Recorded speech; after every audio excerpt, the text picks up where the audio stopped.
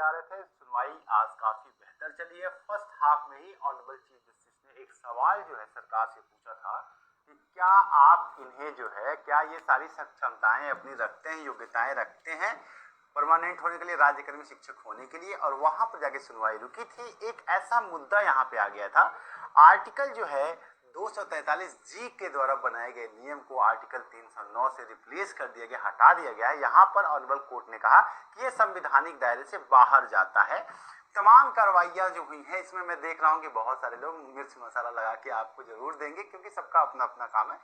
मैं आपको सिर्फ सत्य बताऊंगा। देखिए, पहली बात तो है कि आज सरकार का पक्ष सुना नहीं गया। सरकार की सुनवाई आज कोर्ट में हुई ही नहीं है।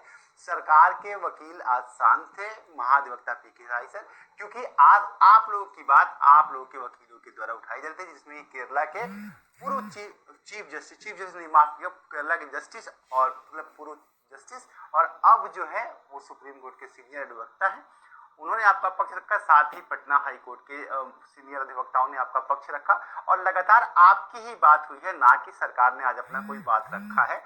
बहुत सारी चीजें आपके लिए बताई गई कोर्ट के अंदर। तो मैं आपको जो भी चीजें है ना वो फैक्ट बाई फैक्ट बताऊंगा।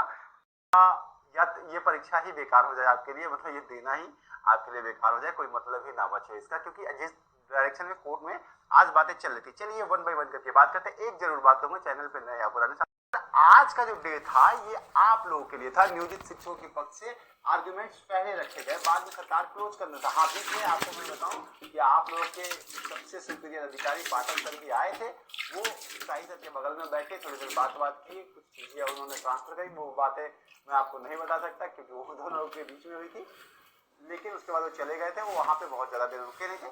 आप लोगों के लिए जो आज बातें शुरू हुई तो वो आपके शिक्षा नीति से लेकर के 2003 तक, फिर आपने देखिए सरकार में ये कहा गया आप लोगों के द्वारा, मतलब यहाँ नियोजित शिक्षकों के द्वारा ये कहा गया कि देखिए समय समय पर हमारे अंदर बहुत सारे नियमावलियों में बदलाव किया गया है। हर बार हमें मतलब एक हम नौकरी कर रहे हैं सरकारी, और उसके बावजूद भी 2015 में दक्षता परीक्षा लेके आया गया, फिर 2014 में जो है 2 अटेम्प्ट किया गया, 2014 में 2 साल कर दिया गया जो 8 साल पे होना था, फिर 2015 में दक्षा परीक्षा को 3 अटेम्प्ट में किया गया। मतलब ये कोर्ट को ये कन्वे करने की कोशिश की गई है कि देखिए शुरू से लेकर आज तक ये लोग लगातार हम लोगों को राज्यकर्मी का दर्जा दे नहीं रहे, और अलग अलग जो है नियम ला के हमारे ऊपर थोपा जा रहा है, जिससे कि हमें अपनी कार्यवहन करने में भी दिक्कत हो रही है।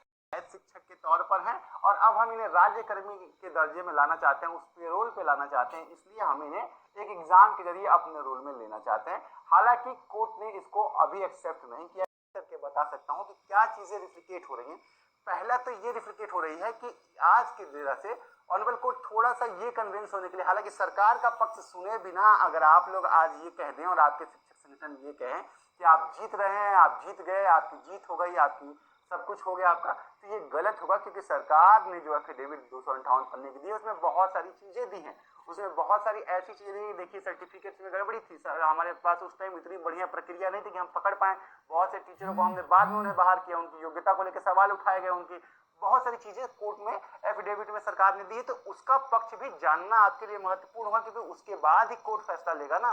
तो अभी से जो चीजें हो रही हैं कि आप जीत रहे हैं, अभी मैं अपने स्तर पे ये कह सकता हूं कि आज की सुनवाई से और कल की सुनवाई से मैं बस इतना कश्योर हूं कि ये जो है आपकी नियोजित शिक्षक जो है, आप जो है 3 साल 3 अटेम्प्ट के बाद जो आपकी नौकरी निकालने की बात है, इससे आप सुरक्षित हैं।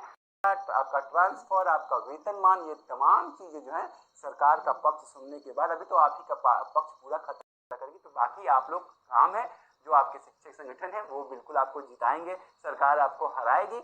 लेकिन आज कोर्ट में बस यही तक बात हुई है। कोर्ट ने कहा कि